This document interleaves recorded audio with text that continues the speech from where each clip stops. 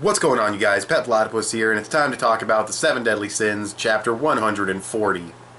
Before I get into the review, I just want to thank you guys for getting my Toriko live reaction that I recently did up to over 100 views. I really appreciate that.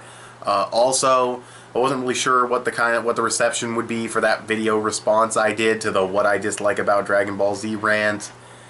That got way more views than I thought it would, so thank you for that as well. I may do some of those in the future. Might have a video planned. Not sure if I'll do it yet. Not sure if it's worth it. The video in question may just be a troll video, but we'll see. Regardless, let's get into the review.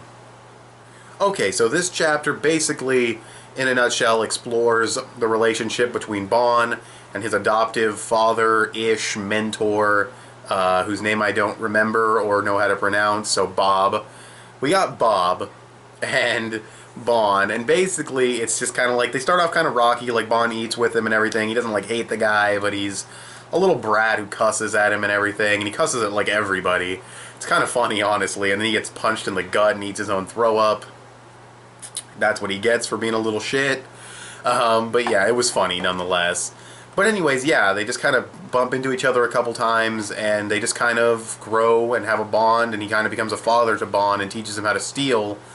And it's interesting. You can kind of guess that he became a thief by doing this. I mean, I guess you don't know that he had a mentor, but yeah, now he's met his mentor in, you know, the current time again. He finds out he's like a wolf man and everything, so that'll be, you know, interesting to see where it goes. But the backstory was definitely important for introducing all of this stuff. It was a nice twist that this guy was... It's kind of a big coincidence that he happened to run into him, like, immediately when he got into the fucking thief town. But, at the same time, it was a nice twist, because he says, "Do you trust humans?"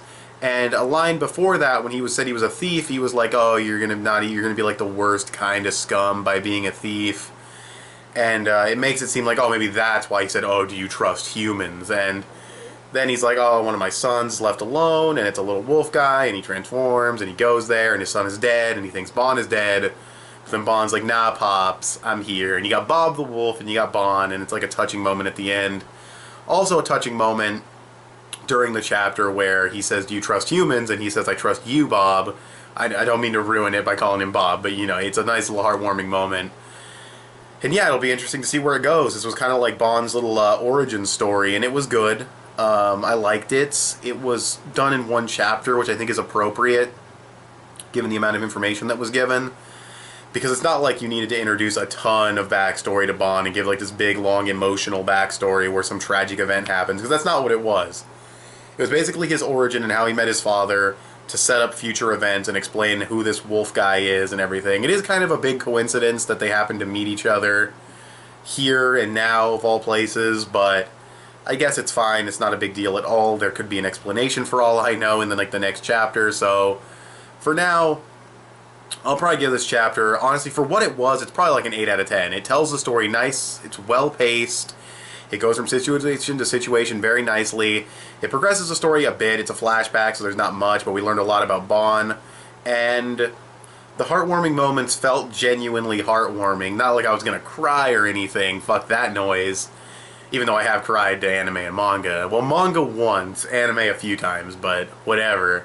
Yeah, just nice heartwarming moments. The chapter did what it set out to do very, very well. It's definitely a solid 8 to 8.5 out of 10. A very good chapter of the 7 Deadly Sins, aka Nanatsu no Taizai. So, thanks for watching this video. Tell me what you guys think of this chapter of the 7 Deadly Sins in the comment section below. Follow me on Instagram. I post things there sometimes, kind of funny stuff, sometimes normal stuff, who cares. Give this video a thumbs up, that would help me out a lot. And subscribe if you haven't already, or if you like what you saw here. And I'll talk to you guys later. Bye.